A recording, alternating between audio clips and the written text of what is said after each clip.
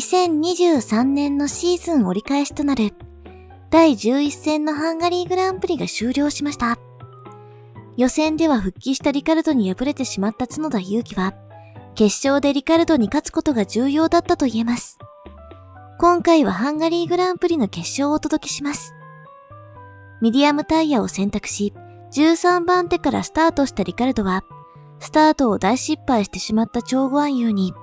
ターン1で追突され、コースアウトし、いきなり最後尾にまで落ちてしまいました。ターン1では、アルピーヌの2人が、結果的に同士討ちになってしまい、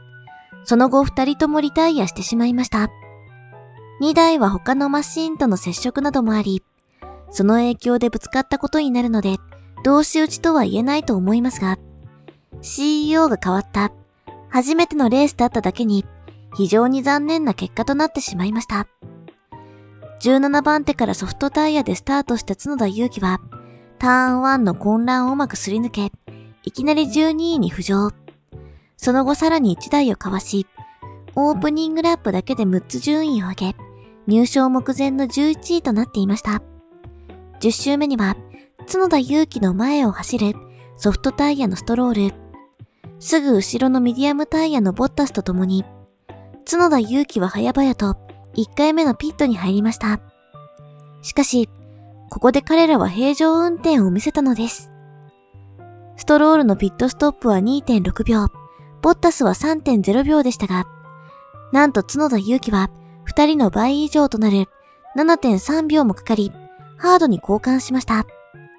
ここで勝負はついていたのかもしれません。コース上で頑張っているドライバーにとっては、これが一番辛いかもしれませんね。ミディアムタイヤのリカルドは安定したハーペースを維持し、19周目に1回目のピットに入り、問題なくハードに交換していました。30周目の時点で角田裕毅は12位となっていましたが、ストロールとボッタスとはほぼ同じペースだったため、ピットストップの失敗でついてしまった差をなかなか詰めることができていませんでした。その週、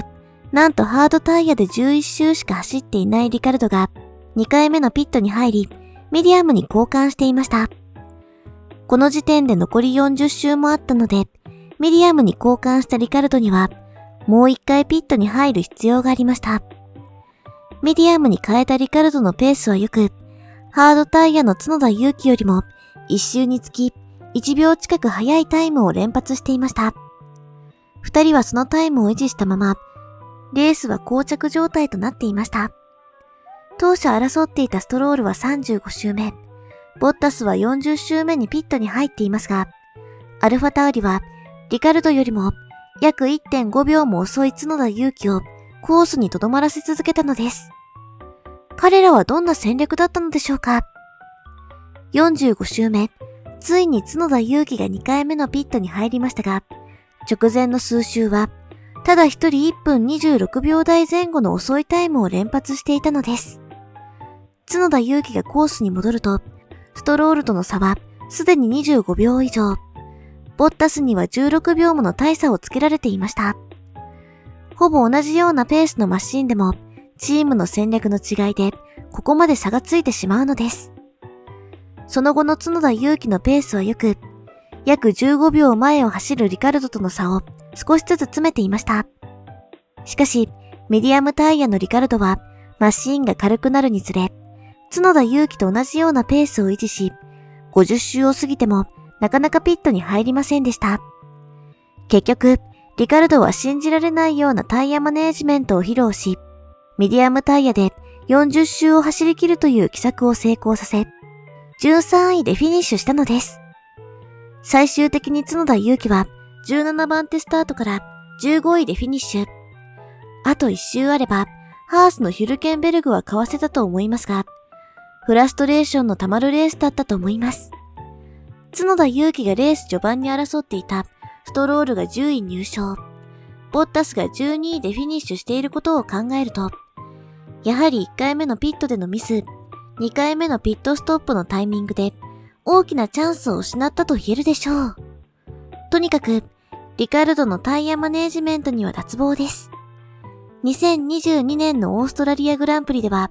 最下位チームのウィリアムズのアルボンが全57周のレースでハードタイヤで56周を走り切る奇策を成功させ、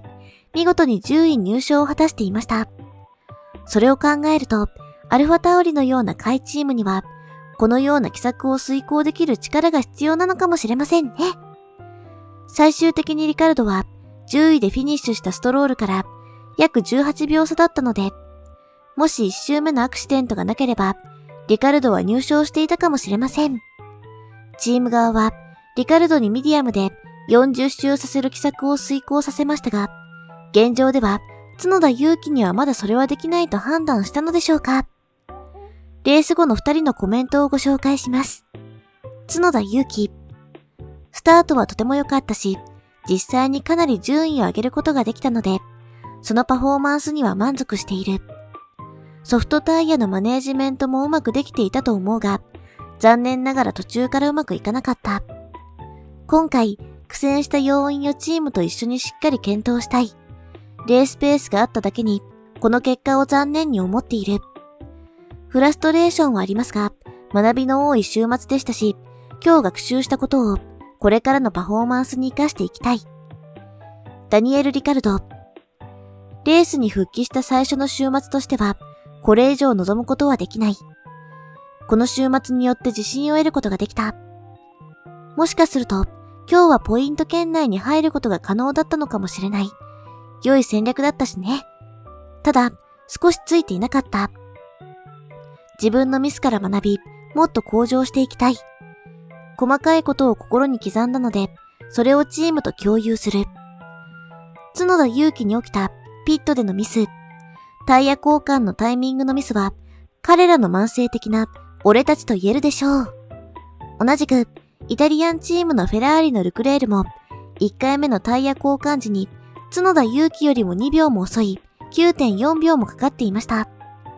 焦るルクレールは、その後の2回目のピットストップで、まさかのピットレーンでのスピード違反により、5秒のタイムペナルティを受けていました。これも、1回目のピットストップで、大きく順位を落としたことによる焦りが原因だと思うので、フェラーリのドライバーの頑張りを、ピットが奪ったと言えるでしょう。こればかりは、タイヤ交換の練習を重ねるしか、解決策はないと思います。そして、今回のハンガリーグランプリでは、リカルドがなぜ F1 で8勝もできたのか、その理由が分かったような気がします。クレアの衝撃では、落ち目のリカルドに、当然ながら角田祐希は勝てると予想していましたが、リカルドはそんな簡単な相手ではありませんでした。そのリカルドを完全に凌駕していたのがノリスです。つまり、今後のレースで、角田祐希は同じように、リカルドを凌駕することが、今後のドライバー生命に重要となります。リカルドが F1 フル参戦11年で積んできた経験は、とてつもなく高いことが判明しました。しかし、角田祐希との差は僅差だと思っているので、次戦のベルギーグランプリでの反撃に期待します。それでは、次回のクレアの衝撃をお楽しみに。おやすみんと。